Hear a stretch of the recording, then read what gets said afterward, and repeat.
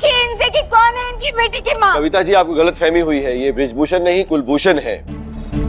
बृजभूषण के जुड़वा भाई है कुलभूषण। ध्यान से देखिए, दोनों के हेयर स्टाइल अलग अलग है।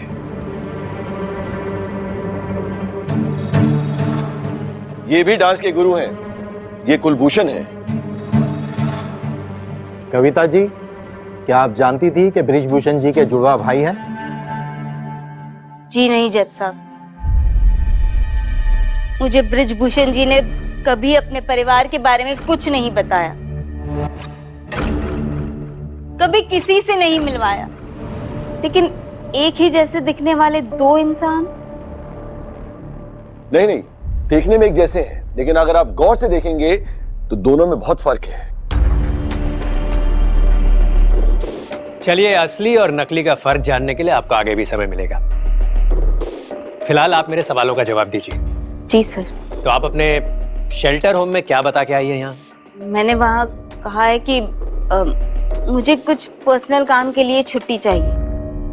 माय लॉर्ड, शेल्टर होम्स में आमतौर पर इस तरह से छुट्टी नहीं मिलती। उन्हें कोई ठोस वजह देनी पड़ती है। आप उन्हें कुछ तो ठोस वजह दे के आई होंगी ना, या आपने बस कह दिया कि मुझे एक पर्सनल काम है और उन्होंने आपको जाने दिया, छुट्टी दे दी? मैं ये कहकर आई हूँ कि मुझे कोलकाता जाना है मेरे कुछ रिश्तेदारों से मिलने। और आपके वो रिश्तेदार हैं हमारे शुभो बाबू, करेक्ट? और अब लॉयर कविता से सवाल जवाब इस कदर करने लगा है कि शुभो भी कुछ तो घबराता है कि कहीं बना बनाया खेल ना बिगाड़ दे ये जूनियर उसका। हाँ, तो और कोई रास्ता था मेरे पास सच जानने का? इसका मतलब आप झूठ बोल रही हैं। इसको झूठ बोल के आना नहीं कहते। ऑफ कोर्स मेरी इनसे जान पहचान है, इसलिए मैंने इनको यहाँ बुलाया है। जान पहचान है नहीं माय लॉर्ड, जान पहचान बनाई गई है। यहाँ पर इस औरत को देखकर एक बात तो साफ हो जाती है कि अपने मतलब के लिए ये झूठ बोल सकती हैं, और यहाँ इस कोर्ट में आपके सामने ये झूठ बोल रही है।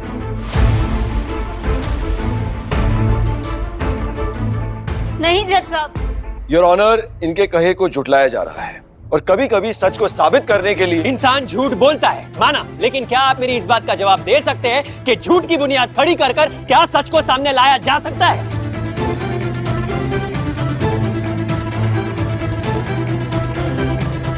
मिस्टर रॉय, मिस्टर बोस, आप दोनों बहस बंद कीजिए और कोर्ट की प्रोसीडिंग में हिस्सा लीजिए।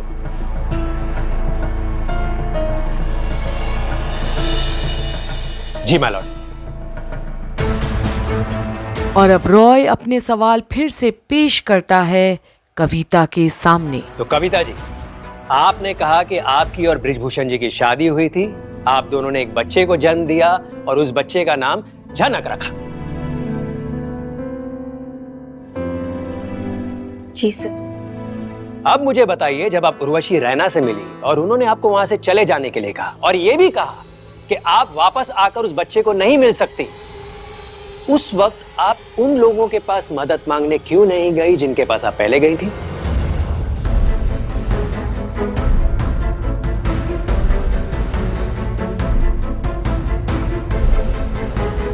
नहीं, मतलब वो लोग बृजभूषण जी पर दबाव डाल सकते थे ना?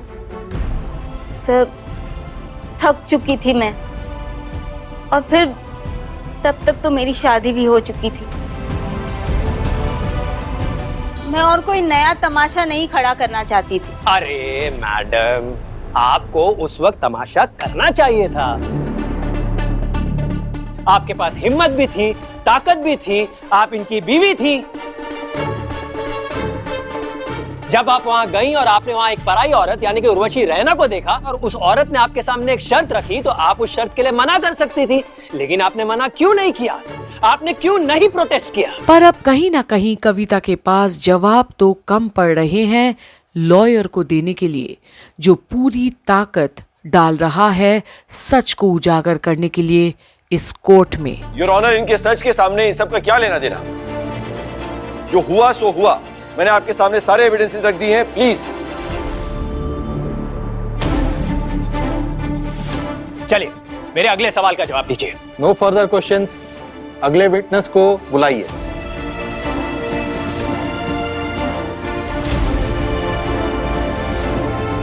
Thank you so much your honour, thank you so much. Kavita ji, आप अपनी बेटी के पास बैठना चाहती हैं तो प्लीज बैठ सकती हैं। नहीं,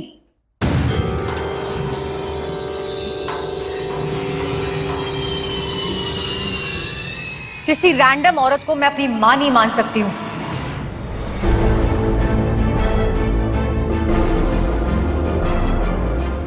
it's not possible. Okay, as you wish. मैं तो सोच रहा था कि एक नाखुश माँ इतने सालों से जो अपनी बेटी से नहीं मिली। एक्सक्यूज मी सर, बेहतर होगा कि आप अपनी सोच अपने पास रखें।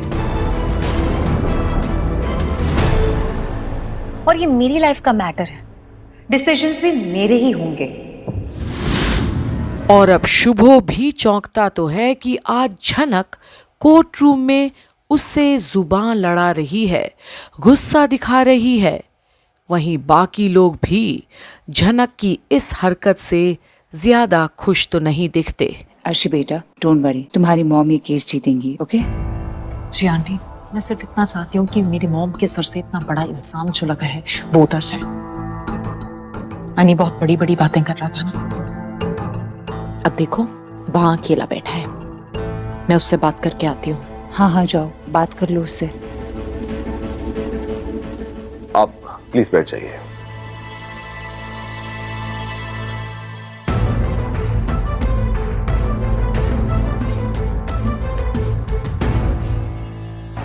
अनी, मैं तुमसे यहाँ एक बात कहने आई हूँ। पर वहीं अनी मूड में नहीं दिखता इस वक्त अर्शी के साथ बात करने के लिए। और झनक को भी अब अर्शी का इस कदर बातें बनाना खटकता तो है। जिस चीज को तुम सच समझ के बैठे हो ना अनी, बात उससे कहीं ज्यादा बड़ी है। तुम्हारा सच बहुत सारी झूठ मिलाकर बना है।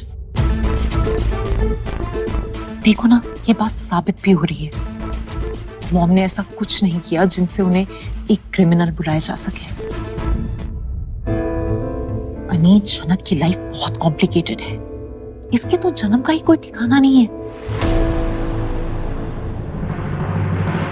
इसे ये तक नहीं पता कि इसकी मॉम कौन है। अनी, तुम इन सब चीजों में मत पड़ो, मैं तुम्हें वार्न कर रही हूँ। जितना इन सब चीजों में पड़ोगे उतना फंसते चले जाओगे अनी।